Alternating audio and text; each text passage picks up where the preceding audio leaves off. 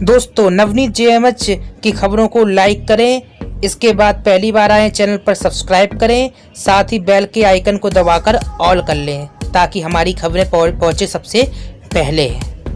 नमस्कार, स्वागत करता हूं आप सभी लोगों का। मेरा नाम है नवनीत और आंगनबाड़ी कर्मियों का जो है एक माह का मानदेय आ चुका है।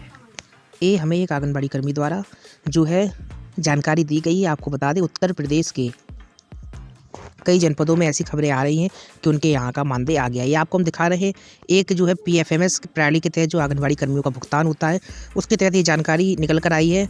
और आपको बता दें, एक आंगनबाड़ी बहन है जो संबल से है, उन्होंने ये जानकारी दी है और बताया है कि उनका मानदेय आ चुका है। संपूर्ण जनपद में उनका मानदेय आ गया है, यानी कि सभी आंगनबाड़ी कर्मियों का एक माह का मानदेय आ चुका है। आपको बता दें, देखिए स्क्रीन पर हम दिखा रहे हैं 4563 और 1000 दो अमाउंट यहाँ पर सक्सेस दिखाई दे रहा है। इसका मतलब ये हुआ है कि दोनों अमाउंट यानी कि दोनों धनराशि क्रेडिट की जा चुकी है।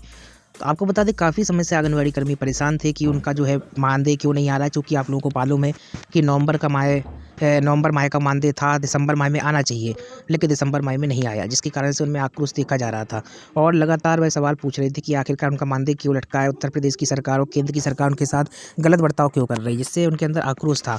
तो कहीं ना कहीं 1 जनवरी यहाँ पर लिखा हुआ है, आप देख रहे हैं फ्राइडे 1 जनवरी 2021, यानी कि नए साल के पहले दिन एक सौगात मिलती हुई दिखाई दी है और इनका जो है एक माह का वेतन जो है भेज दिया गया है। अब आप हमें ज़रूर बताएं कि आपका मानदेय आया है फिर नहीं।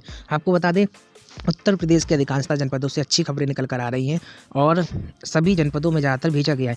अगर आपके जनपद में नहीं आया है तो कोई चिंता की बात नहीं है, कुछ 1 आध 2 दिन रुक जाइए, आपके जनपद में भी ट्रांजैक्शन हो जाएगा। किसी प्रकार की चिंता की बात नहीं है, क्योंकि ट्रांजैक्शन प्रोसेस में समय लगता है और कुछ जनपदों में पहले आता है, कुछ जनपदों में बाद में आता है। इसी कारण से आपका हो सकता है लेट रतीब भी आए। यहाँ पर इस तरीके से 5500 रुपये यानी कि एक माह का मानदेय भुगतान किया जा चुका है और आप हमें बताइएगा कि आपका आया या फिर नहीं। चलिए दूसरी बड़ी खबर आपको बताते हैं।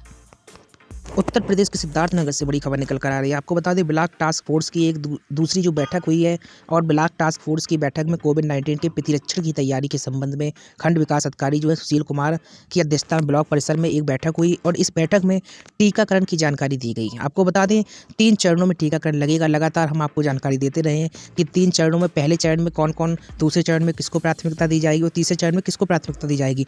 आपको बता दें, प्रथम चरण में स्वास्थ्य विभाग, आंगनबाड़ी और आशा वर्करों को टीकाकरण में प्राथमिकता दी जाएगी। इसी तरीके से द्वितीय चरण यानी दूसरे चरण की अगर बात की जाए तो राज्य एवं केंद्रीय सरकार के कर्मचारियों का टीकाकरण होगा और तीसरे चरण में 50 साल से ऊपर के लोगों का टीकाकरण होगा और उसमें खासकर जैसे कि जो बीमारी से ग्रसित हैं तो उनको भी लक्षित किया जाएगा। आपको बता दें, टीकाकरण को लेकर उत्तर प्रदेश हो चाहे अन्य राज्यों, सभी जगह तैयारियां पूरी कर ली गई हैं और बहुत ही जल्दी जो है वैक्सीन स्थानीय स्तर पर, जिला स्तर पर जो है जहाँ पर बनाए गए हैं, जहाँ पर इन टीका की व्यवस्था की गई रखने की, सुरक्षित रखने की, उसको लेकर तैयारियां पूरी कर ली गई है। साथ ही आपको बता दें, बहुत ही जल्दी टीका जो है स्थानीय स्तर पर जनपदों में भेज दिया जाएगा, जहां से टीकाकरण की प्रक्रिया शुरू होगी। आपको ये भी बता दें, त्रिस्तरीय सुरक्षा के बीच जो है दवाई यानी कि वैक्सीन रखी जा रही है। ऐसा नहीं है कि वैक्सीन को असुरक्षित तरीके से रखा जा रहा है और त्रिस्तरीय व्यवस्था जो है सभी जनपदों में लागू होगी। ऐसा नहीं कि प्रायोरिटी सिर्फ 1 या 2 जनपदों में दी जाएगी। त्रिस्तरीय का मतलब क्या हुआ? पहला तो सीसीटीवी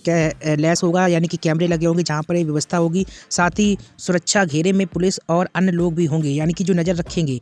आपको बता दें, आगामी 17 जनवरी 2021 से चलने वाले पल्स पोलियो अभियान पर भी इस मौके पर चर्चा की गई, यानी कि पोलियो अभियान को लेकर भी बातचीत हुई है। इसी के साथ ही वीडियो है जो इन्होंने बताया कि प्रत्येक शुक्रवार को कोविड-19 का टीकाकरण शुरू नहीं होता, तब तक ब्लॉक स्तरीय बैठकें प्रत्येक शुक्रवार को होती रहेंगी। तो ये बड़ी खबर जो है उत्तर प्रदेश के सिद्धार्थनगर से निकल कर आ रही है। अन्य जनपदों से भी यही खबरें आ रही हैं। आपको बता दें, टीकाकरण 3 चरणों में चलेगा और इसकी तैयारियां जोरों शोरों से हो रही हैं। चंबा हिमाचल प्रदेश से एक बड़ी खबर निकल कर आ रही है। दरअसल आपको बता दें, 2021 इसी साल चंबा जिले के 100 आंगनबाड़ी केंद्र जो है मॉडल बनाए जाएंगे। साथ ही आधुनिक सुविधाओं से लैस होंगे और चाइल्ड फ्रेंडली होंगे। इसका मतलब क्या हुआ? इसका मतलब ये हुआ कि बच्चों के लिए स्कूल पूर्व शिक्षा के साथ मनोरंजन के साधन भी उपलब्ध होंगे। फर्श और दीवारों को बच्चों से जुड़ी विभिन्न कलाकृतियों से आकर्षक बनाया जाएगा। आपको बता दें, इन मॉडल केंद्रों में कुपोषण, शिक्षा और स्वच्छता पर खास ध्यान रखा जाएगा। एक आंगनबाड़ी केंद्र पर करीब 2 लाख रुपए खर्च कर मॉडल बनाने का काम किया जाएगा, यानी कि जो आंगनबाड़ी केंद्र पहले से हैं उनको मॉडल बनाने के लिए उस पर 2 लाख रुपए अतिरिक्त तौर पर खर्च कर दिए जाएंगे। और इसके लिए महिला बाल विकास विभाग द्वारा जिला प्रशासन के माध्यम से आकांक्षी जिला के तहत 2 करोड़ की योजना बनाकर भारत सरकार को भेज दी गई है। योजना की मंजूरी जैसे ही मिलती है, उक्त आंगनबाड़ी केंद्रों को मॉडल बनाकर नौनिहालों को आधुनिक सुविधाएं प्रदान की जाएंगी। अहम चीज़ क्या है आपको बता दें, बच्चों के विकास के लिए प्रत्येक परियोजना में एक ICDS द्वारा निर्मित आंगनबाड़ी केंद्र को चाइल्ड फ्रेंडली बनाए जाने का निर्णय लिया गया है। वहीं NHPC द्वारा जिला के प्राथमिक और माध्यमिक स्कूलों में व्यवस्थाओं को बेहतर बनाने के लिए 11 करोड़ 12 लाख की राशि स्वीकृत की गई है और इस राशि से 30 प्राथमिक स्कूलों तथा 22 माध्यमिक स्कूलों में शिक्षा को है जो बेहतर बनाया जाएगा। तो एक बड़ी जानकारी जो है निकल कर आ रही है।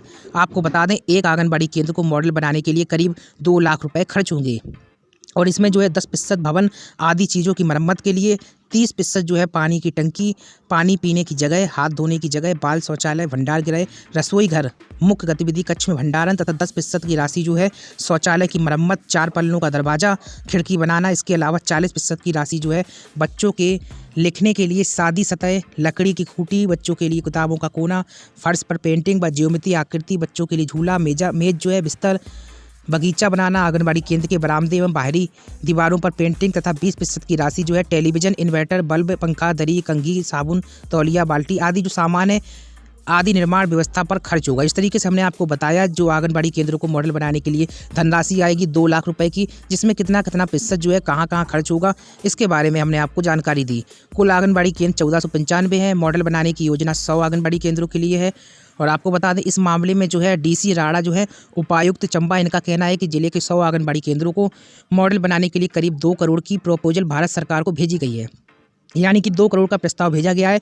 जैसी मंजूरी मिलेगी वैसे ही जो है आगामी जो काम होंगे करने शुरू कर दिए जाएंगे, यानी कि व्यवस्थाओं को दुरुस्त करना शुरू कर दिया जाएगा और 2 लाख रुपए से जो है प्रत्येक आंगनबाड़ी केंद्र जो है मॉडल बनाए जाएंगे। जाते जाते आपको एक और खबर दे देते हैं। उत्तर प्रदेश के सहारनपुर से निकल कर आ रही है। 1 अप्रैल से परिषदीय विद्यालयों में कक्षा 1 की शिक्षा पद्धति पूरी तरीके से बदल जाएगी। अब कक्षा 1 में पढ़ाई जाने वाली कलरव किताबों की जगह NCERT की किताबें लेंगी, जिनमें पठन पाठन की पद्धति अलग होगी। आपको पता होगा कि अभी तक कलरव किताबों की जगह कलरव किताबें पढ़ाई जाती थी, लेकिन अब जो है NCERT यानी कि राष्ट्रीय शैक्षिक अनुसंधान और प्रशिक्षण परिषद की किताबें ही पढ़ाई जाएंगी और इसका जो है पैटर्न थोड़ा सा अलग होगा।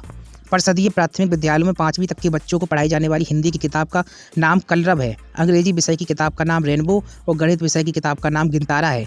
कक्षा 1 में पढ़ाई जाने वाली कलरव 3 in 1 है, यानी एक ही किताब में हिंदी, अंग्रेजी और गणित शामिल है।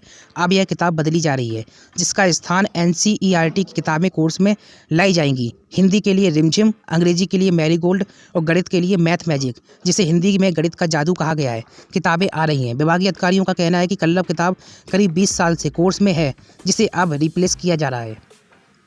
यानी तो कहीं ना कहीं ये कहा जा सकता है कि एक बहुत बड़ा फैसला है, क्योंकि जो किताबें 20 साल से चल रही थी अब उन किताबों को बदला जाएगा और NCERT की बुक जो है लाई जाएगी। कौन कौन सी बुक लाई जा रही है हमने आपको अभी बताया है और इसके लिए बाकायदा NCERT की नई शिक्षा पद्धति से शिक्षकों को रूबरू कराने के लिए इन दोनों शिक्षकों की 12 दिवसीय ट्रेनिंग भी ऑनलाइन चल रही है। इसमें लखनऊ में बैठे SCERT के विशेषज्ञ ट्रेनिंग दे रहे हैं। प्रतिदिन 3 सत्रों में ट्रेनिंग हो रही है, जिनमें हिंदी, अंग्रेजी और गणित की ट्रेनिंग दी जा रही है और प्रत्येक ब्लॉक से 4 शिक्षक इस ट्रेनिंग के लिए चुने गए हैं, जिन्हें मास्टर ट्रेनर का नाम दिया गया। 12 दिवसीय ट्रेनिंग खत्म होने के बाद मास्टर ट्रेनर अपने अपने ब्लॉक में शिक्षकों को 25-25 का ग्रुप बनाकर ट्रेनिंग देंगे। ट्रेनिंग के बाद 1 अप्रैल से विद्यालयों में कक्षा 1 में नई किताबें पढ़ाई जाएंगी। नई शिक्षा पद्धति का मॉडल तैयार किया जा रहा है। सबसे पहले इसे कक्षा 1 में लागू किया जाएगा। इसी के साथ ही जानकारी निकल कर आई है कि नई शिक्षा पद्धति एक्टिविटी बेस होगी, जिसमें बच्चों को केवल थ्योरिकल नहीं बल्कि प्रैक्टिकली पढ़ाई भी होगी, जिसमें एक्टिविटी कराकर बच्चों को किसी भी पाठ को बारीकी से पढ़ाया और समझाया जाएगा। आपको बता दें, विभागीय सूत्रों के अनुसार नई शिक्षा पद्धति में प्री एजुकेशन और प्राइमरी एजुकेशन लिंक हो जाएगी। बच्चे आंगनबाड़ी केंद्रों पर वर्णमाला आदि का पहचान करना सीखेंगे। योजना यह है कि कक्षा 1 में दाखिला पाने वाले बच्चों को दोबारा वर्णमाला आदि ना पढ़ानी पड़े, बस सीधे आकर शब्दों को जोड़कर पढ़ना शुरू करें। आंगनबाड़ी केंद्रों के बाद वह प्रमोट होकर परिषदीय विद्यालयों में कक्षा 1 में दाखिला पाएंगे, जहां वह NCERT किताबों से शिक्षा पाएंगे। तो बड़ी खबर यह है, निश्चित तौर पर 1 अप्रैल से बहुत कुछ बदल जाएगा।